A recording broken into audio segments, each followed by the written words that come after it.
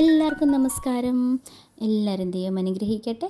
അപ്പോൾ എൻ്റെ ഇന്നത്തെ ഒരു ദിവസം തുടങ്ങുന്നത് ചെടികളുടെ കൂടെയാണ്. ഞാൻ പോയി ചെടികളെയൊക്കെ ഒന്ന് കണ്ടു. എന്നിട്ട് അതിന് വെള്ളമൊക്കെ ഒഴിച്ച് കഴിയുമ്പോഴത്തേക്ക് എനിക്കൊരു സമാധാനമാകും.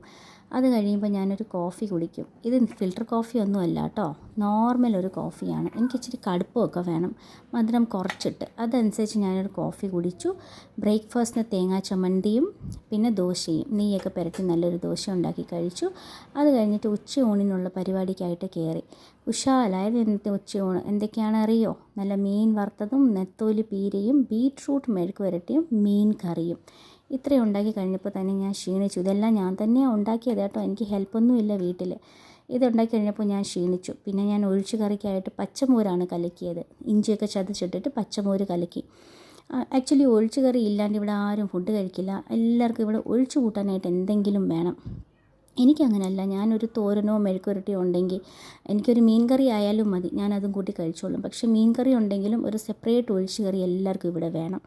പിന്നെ അത് കഴിഞ്ഞപ്പോൾ വൈകിട്ട് ഞങ്ങൾക്ക് ഒരു കുനാഫ മേടിച്ചു. ഞങ്ങളൊരു കുനാഫ മേടിച്ചു. കുനാഫ എന്താണെന്നറിയോ? നല്ല ചീസൊക്കെ വെച്ചിട്ടുണ്ടാക്കിയ ഒരു സംഭവമാണ്. നല്ല സോഫ്റ്റായിട്ടിരിക്കും. ഈ വൈറ്റ് കളറിലെ പാട്ട് അത് കാണുന്നത് ചീസാണ് കേട്ടോ. എന്നിട്ട് മേളിൽ നമ്മുടെ സേമിയയില്ലേ, പായസം ഉണ്ടാക്കുന്ന സേമിയ, അതിൻ്റെ ഭയങ്കര തിന്നായിട്ടുള്ള സംഭവം വെച്ച് ഉണ്ടാക്കുന്നതാണ്. ചീസും സേമിയയും പിന്നെ സ്വീറ്റാണ് സാധനം.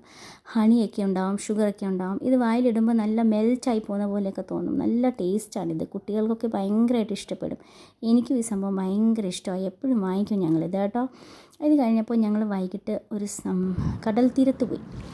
കടൽ തീരത്ത് പോയിരുന്ന് കുറച്ച് നേരം അവിടുത്തെ ഭംഗിയൊക്കെ ആസ്വദിച്ച് ആ തിരമാലകളുടെ സൗണ്ടൊക്കെ കേട്ട് ആ പാറപ്പുറത്ത് ഇങ്ങനെ ഇരുന്നു. അസ്തമിക്കുന്ന സൂര്യനെയൊക്കെ കണ്ടു. അഗാധമായ കടലിലേക്ക് നോക്കിയിരിക്കാൻ എന്ത് ഭംഗിയാണെന്നറിയോ?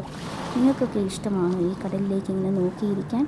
എനിക്കിത് ഭയങ്കര ഇഷ്ടമാണ്. ഞങ്ങൾ ആക്ച്വലി സൺസെറ്റ് ആയതിനു ശേഷമാണ് തിരിച്ചു വന്നത് കേട്ടോ. പക്ഷേ അതുവരെ ഞാൻ വീഡിയോ എടുത്തില്ല. അപ്പോൾ പിന്നെ കാണാം എല്ലാവരെയും. ബൈ.